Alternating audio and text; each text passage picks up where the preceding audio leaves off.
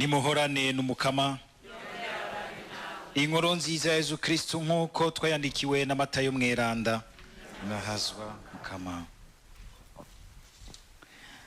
Imisi 6 iheze, Yesu yihereranije Petero na Yakobo na mwene wabo Yohani abajana ku mutumba muremure. Araheza arihinduka imbere yabo, mu maso hiwe hakaka nk'izuba, impuzu nazo zaca ibibatsi nk'umuco. Buno nyene Musa na Eliya barababonekera baganira na Yesu.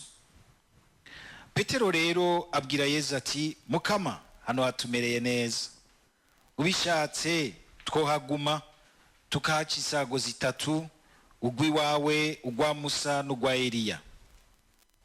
Buna kivuga, igicu gicibikeke kirabahwikira, ijwi rikivamwo riti, uyu n'umwana nje nkunda cyane, fise ku mutima, nimumutega amatwi. Babigishwa ngo bumve iryo jwi, barahundagara, bagwa igihumura, bubika amaso hasi. Hanyuma Yesu arabegera, arabakorako, ababwira ati, va hasi kandi reke gutinya. Nabo ngo bararamura amaso, ntihagira uwundi babona atari Yesu we Musa. Bariko baramanuka bava kuri nyamusozi, Yesu ababwira ati, ntihagira uwo muzobwira ico mwabonye umwana w'umuntu atamaze kwizura mu bapfuye. Iryo ni ijambo ry'umukama.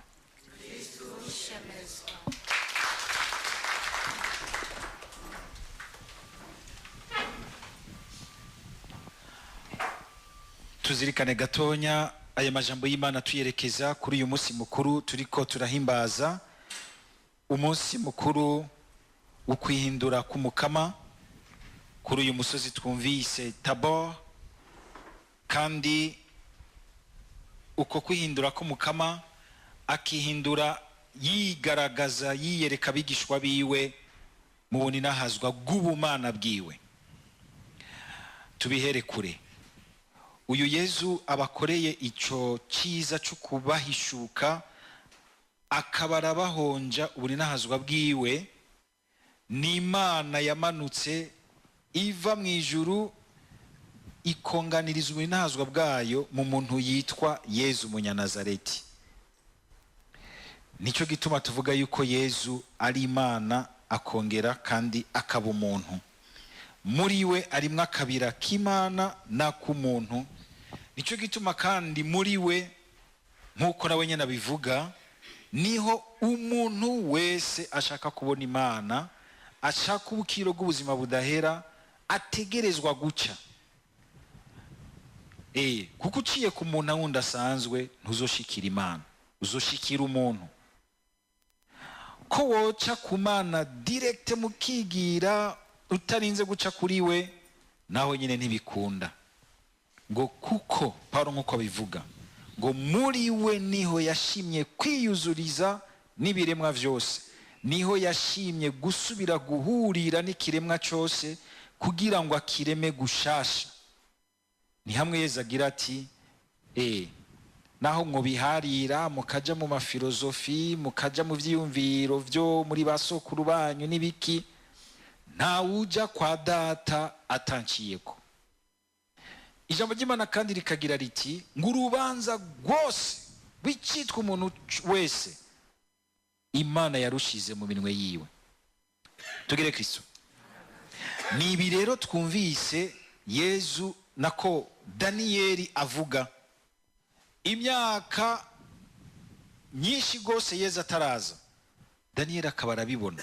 Mwumvise iyi shushanyo ngo yabonye mu ijoro, ngo umwana w'umuntu azananye n'ibicu vyo mu ijuru, kumwe mu bwuzure bundi bushasha, mu vyo Yohani yanditse, mu vyahishuwe. Kuko uyu munsi abashakashatsi mu vy'Imana hari bavuga yuko ivyahishuwe bijya dukunze kwita ngo vyahishuriwe umutumwa Yohani, bagira bati harahadashobora kuba ari umutumwa Yohani. yoba ari uwundi mwigishwa wa Yesu. uyu munsi bamwe bakagira bati twobisoma tuti ivyahishuwe.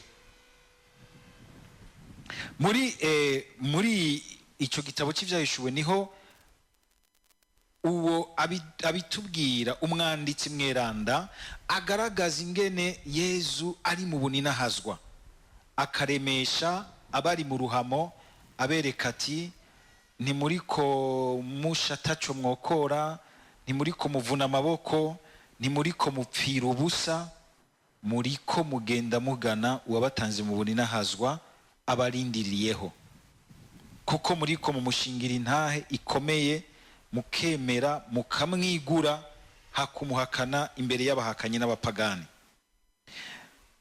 Uyu Daniyeli rero akabibona hakiri kare yuko uwo mwana w'umuntu aza ku bicu. Iyo mvugo y'ukuza ku bicu no kuvuga yuko si umuntu asanzwe, ni Imana nk'uko ihangamye mu buninahazwa bwayo. Ni imvugo nshushanyo yerekana yuko yerekana Imana mu buninahazwa bwayo. Uwo Yezu Kristo rero harageze igihe araza mu isi aba nk'umuntu asanzwe, mugabo uko aza arihishuka abigishwa biwe akabereka yuko atari umuntu asanzwe, ari umuntu arimwo ububasha bw'Imana. Tumaze igihe tubizirikana, agendera ku mazi, anumya igihuhusi, akazura mbere n'abapfuye, akagaragaza yuko atari umuhanuzi asanzwe. Rimwe mbere agatwara n'abigishwa akabatwarana akabaza ati mbega mwebwe mwibaza ko ndinde? Petero akabigwa akagira ati uri Kristo umwana w'Imana nzima, uri wasizwe n'Imana kugira ngo amanukane ubumana mu buzima bw'abantu, yongere yinjize ubumuntu bw'abantu mu bumana bw'Imana. Niho rero muri Yezu Kristo ariho dushobora kunywanira n'Imana, umuciye ko uhura n'Imana, Imana nayo ikaza guhura n'umuntu iciye muri Yezu Kristo, kuko muri Yezu Kristo ihasanga umuntu. N'akaryo keza rero kugira ngo mu kubizirikana twumve igituma Yezu hagera igihe agatwara abigishwa biwe ku musozi, akabahonja, akabugurura amaso, akabereka ubuninahazwa bwiwe. Ngo hari hasigaye iminsi mikenya ngo afate rwa rugendo rwo kuja kutwitangira ku musaraba. Akabona ati ibintu ngiye gucamwo, aba bigishwa banje baguma banyotewe kubona ndagifashe.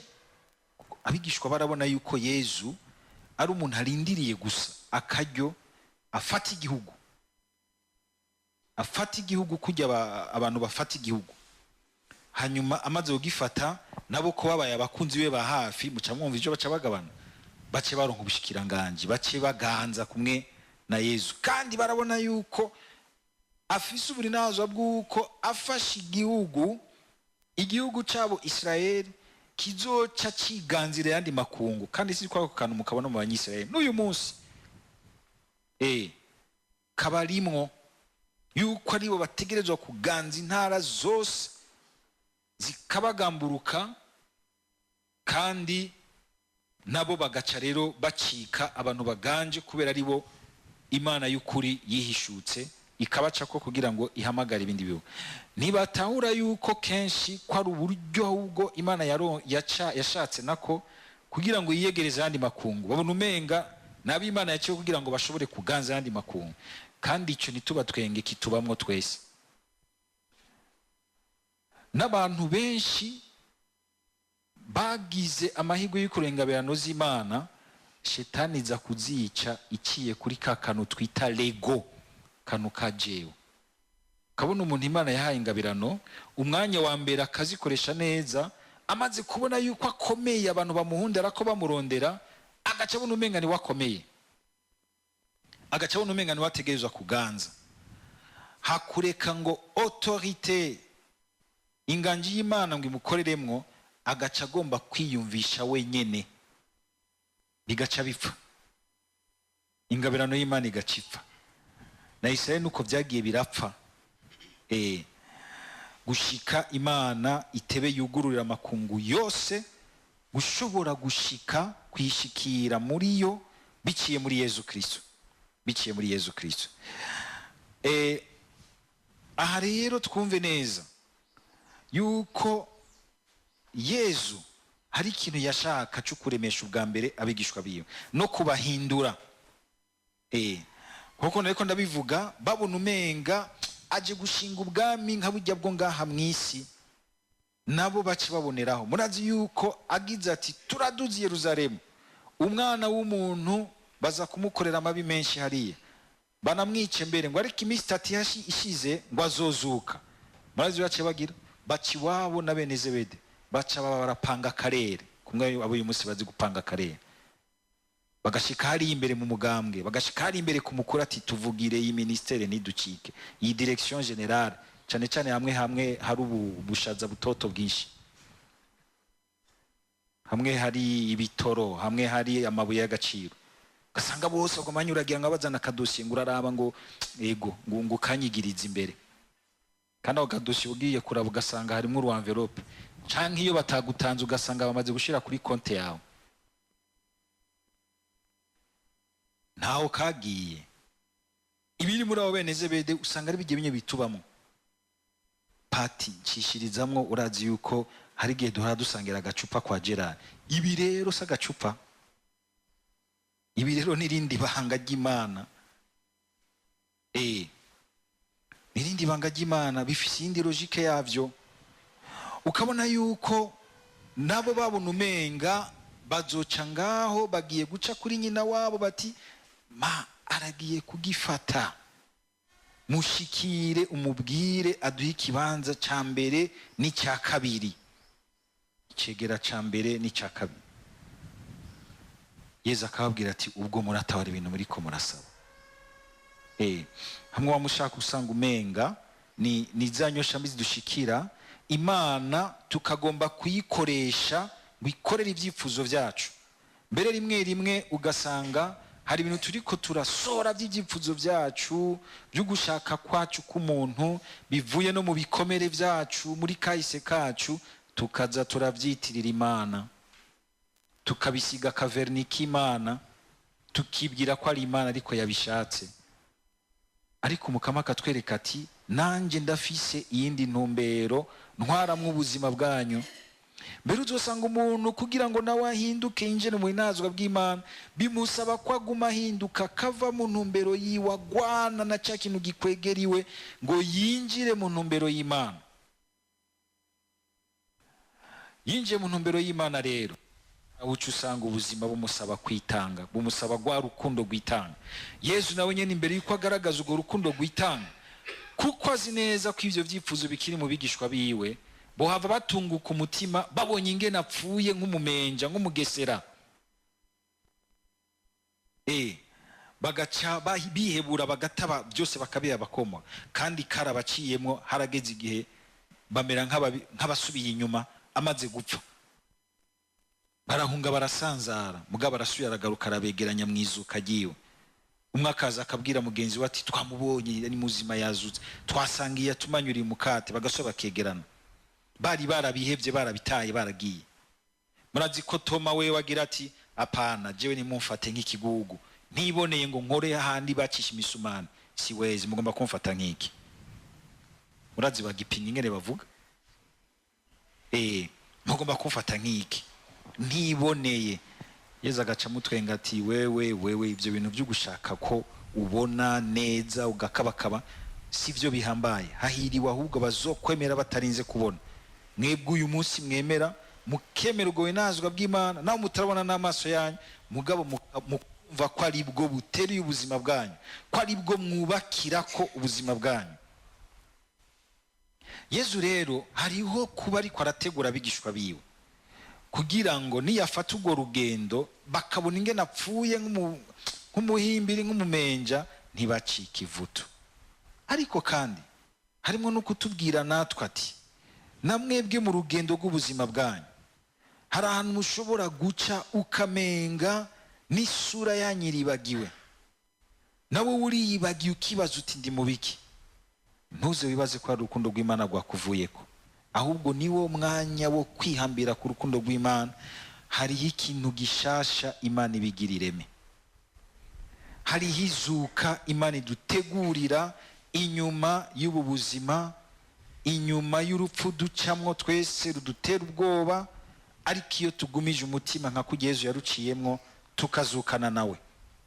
Uku guhinduka rero k'umukama kurimwo inyigisho ikomeye yuko umukama atadutererana inzira y'umusaraba, kandi iyo tuyibanyemwo na Yesu tukayibanamwo n'ijuru.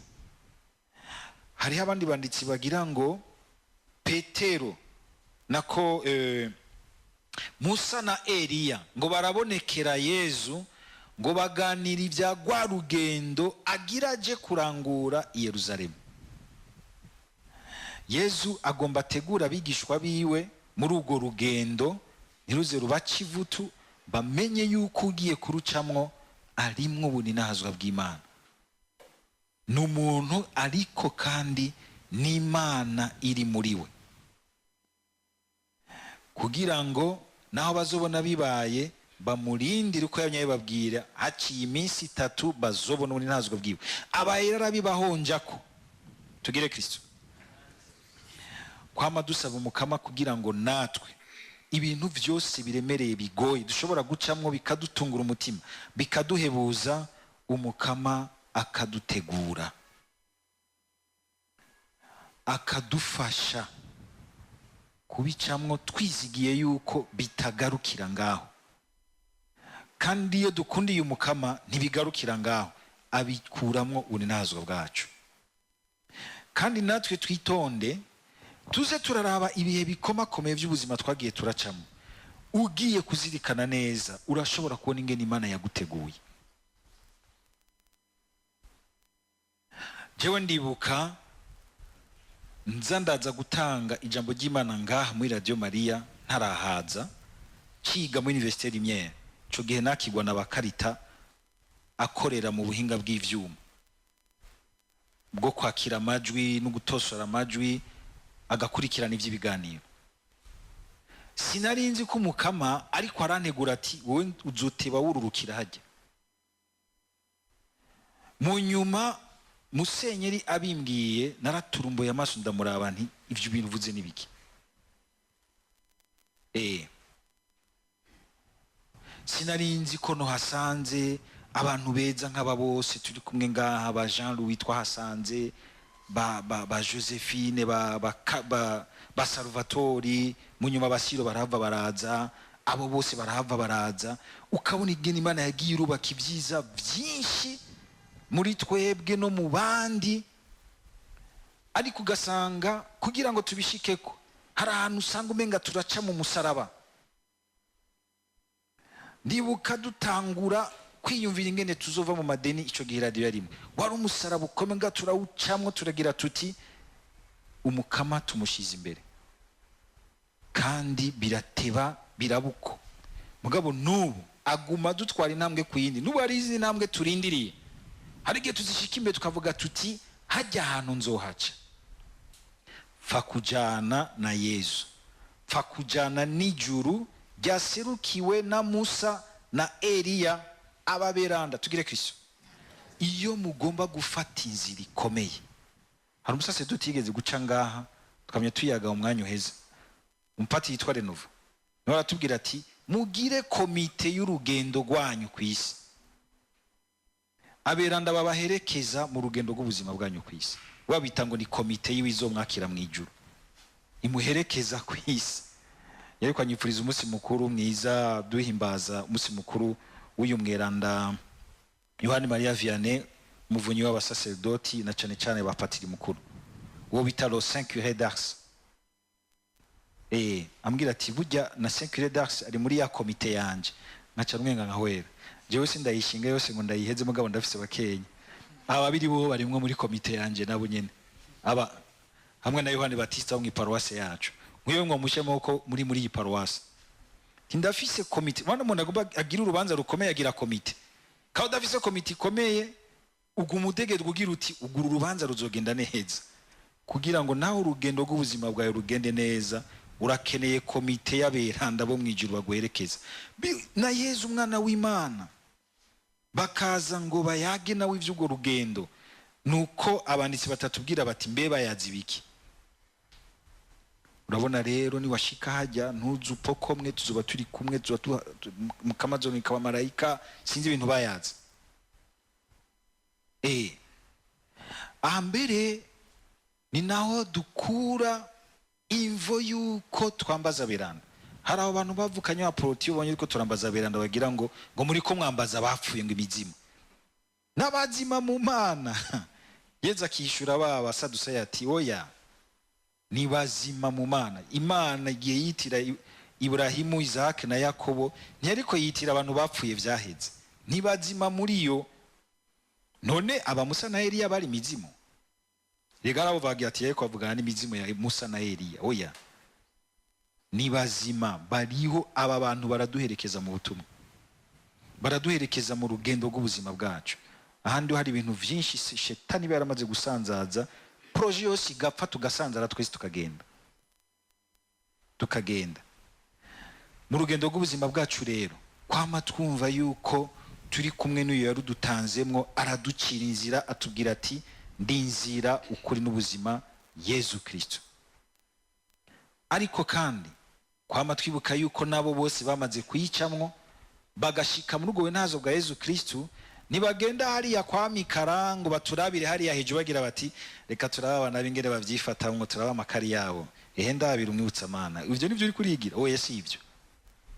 Ahubwo baraza tugasangira urugendo, bakadusabira, tugatambuka imitego, tugatabaruka intambara nyinshi zo muri ubuzima. Muze murambere mu bihe bikomeye Eklezia igomba gusaba ikintu gikomeye irabambaza. Muzi ko nabagire batire nko mu busaserdoti. Turambaza tugapfukama tugahamagara beranda bari mwijuru bamaze gushikira Imana. Natwe tukumva yuko mu rugendo rw'ubuzima bwacu ko hari igihe urugendo rw'ubuzima bwacu rushobora kuremera. Harabo buremera sinzi ko mubizi. Ukazubona n'umuntu yahoze umenga arazi Imana, rukamuremera ukaza wumva aratutse Imana ari hakanye Imana. Narabeshwe ntibibaho. Hatabonetse ijuru ngo rigutabare, hari ahantu tugeragezwa tukananirwa twese. N'ubuntu bw'Imana butugendera. Yezu hazogera igihe nawe nyene ngo abiri cuya c'amaraso, se akamurungikira umumarayika akaza akamuremesha. Aheje kumuremesha agaca agenda kuvyo bigisha bati tugende kwa front urupfu. Tugende abandi ndiriye bari hajya wenyene agaca yigira wenyene.